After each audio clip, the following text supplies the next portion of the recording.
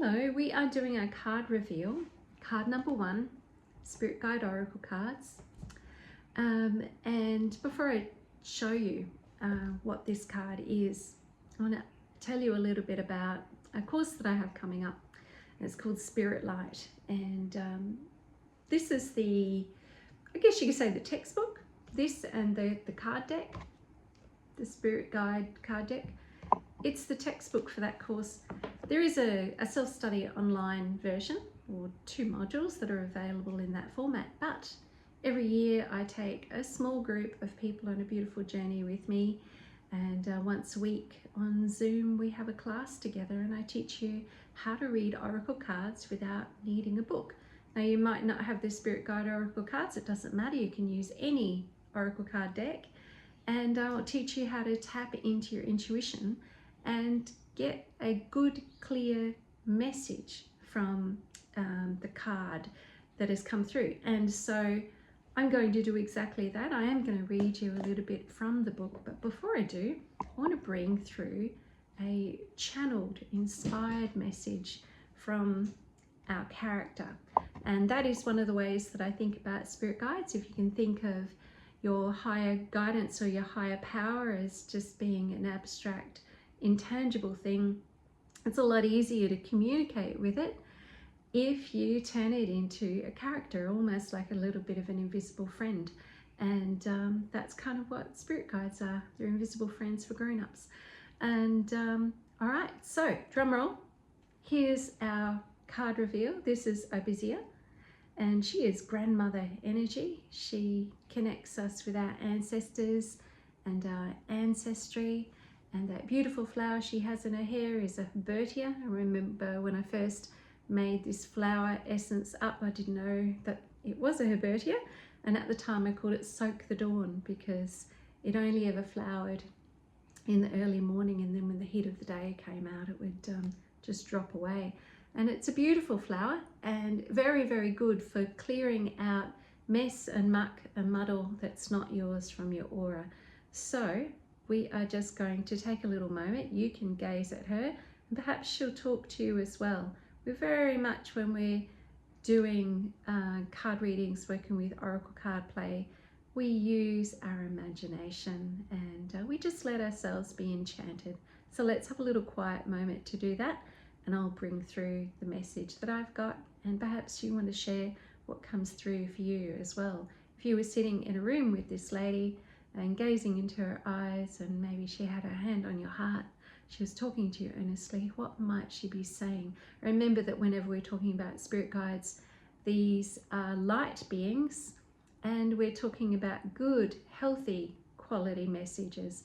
We kind of want to think, if my higher power, if my higher self was talking to me, if heaven was talking to me, and it was a positive experience, it was a positive message, how might that come through?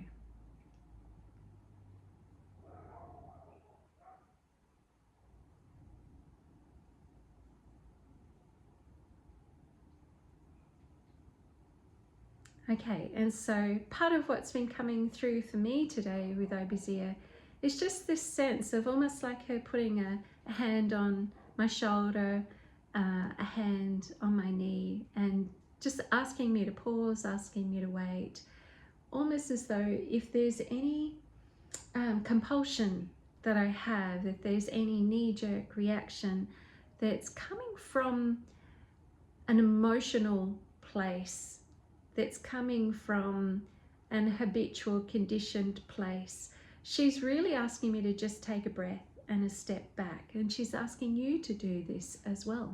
And so the message is, are you sure? Why don't we just have a little sit, have a cup of tea, take a breath, breathe, sit with it? Because this is very much, this feeling here is of standing back and just looking at the bigger picture a little bit more, and not rushing into things, but taking the time to ask, is this action that I feel like taking really coming from a place of clarity inside me, Or is it being obscured by some conditioning from my past? And Ibizia got a special emphasis on helping us with the ancestral wounds that can come down through the line. So sometimes it can help to sort of, in one hand, kind of hold a vision or an image or a story about what you're about to do. And then in the other hand, look back over your history, look back at your ancestors, look back at the patterns in your family, and just have a look. See, have you seen other people do this? Have you done this before? Has it worked for you? Has it worked for them? Is it helpful? Is it not helpful? We're really looking here at being able to be aware of how the past, our ancestors, how history imprints on us, and whether that imprinting is driving us in a helpful or an unhelpful way. So that's my message from Ibizia today, is just to take a moment and pause and to sit with it. And so sitting with it can be just giving yourself time to really feel into it, to sleep on it, to take a moment to find the clarity.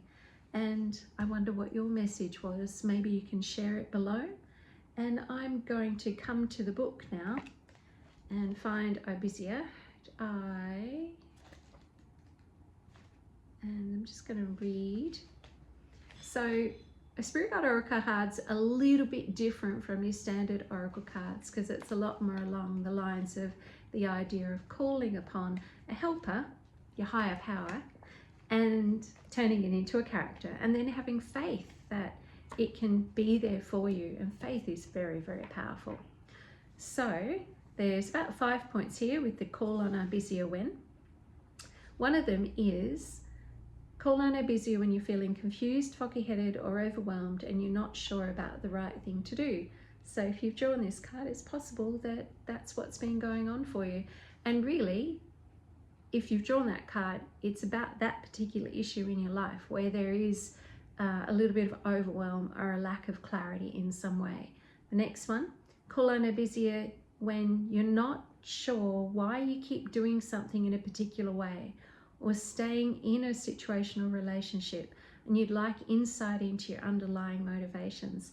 Sometimes it can feel as though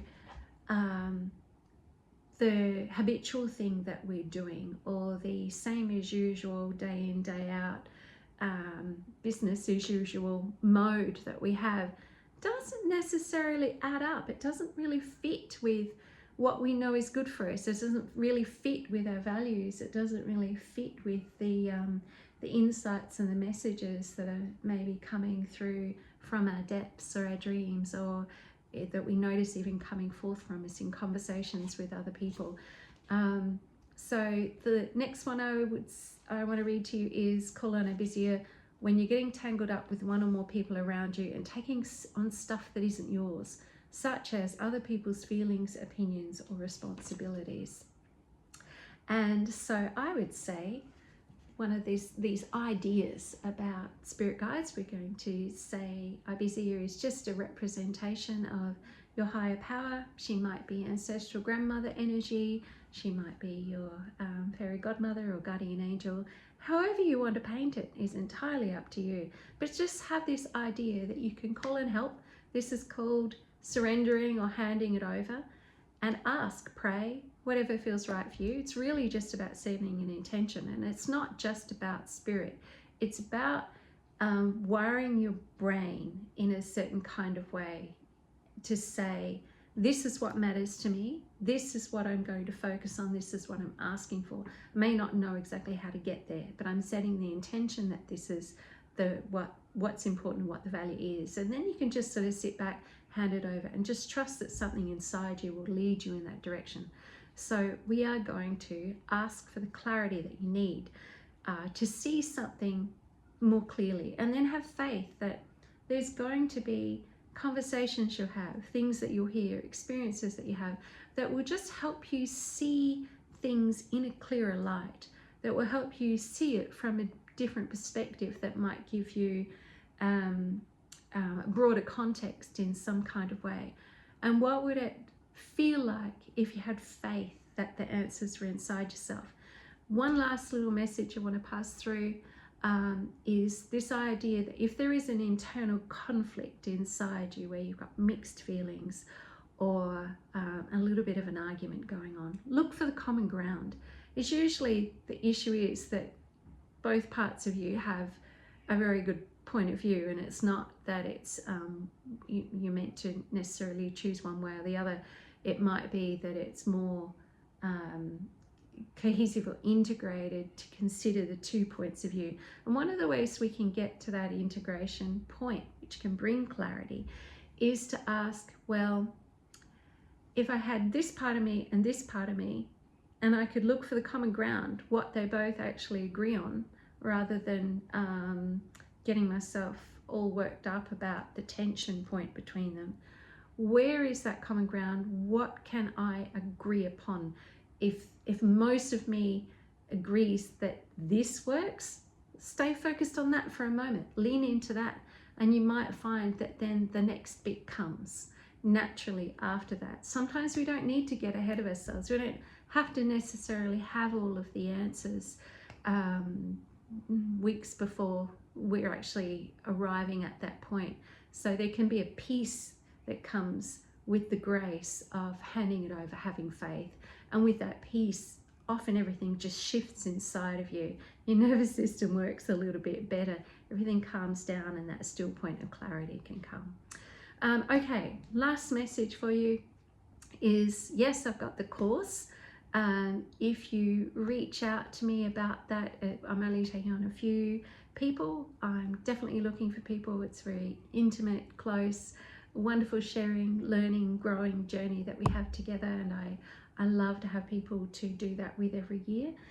And then my other one is, if you chose this card and you would like to have a reading where I tune in and find one of your spirit guides and pass on some messages for you, and you can ask one question that you ask to be answered, please let me know. Very, very special offer. I'll do it as a delivery via distance, and that's just $55 if you chose this card. All right, blessings.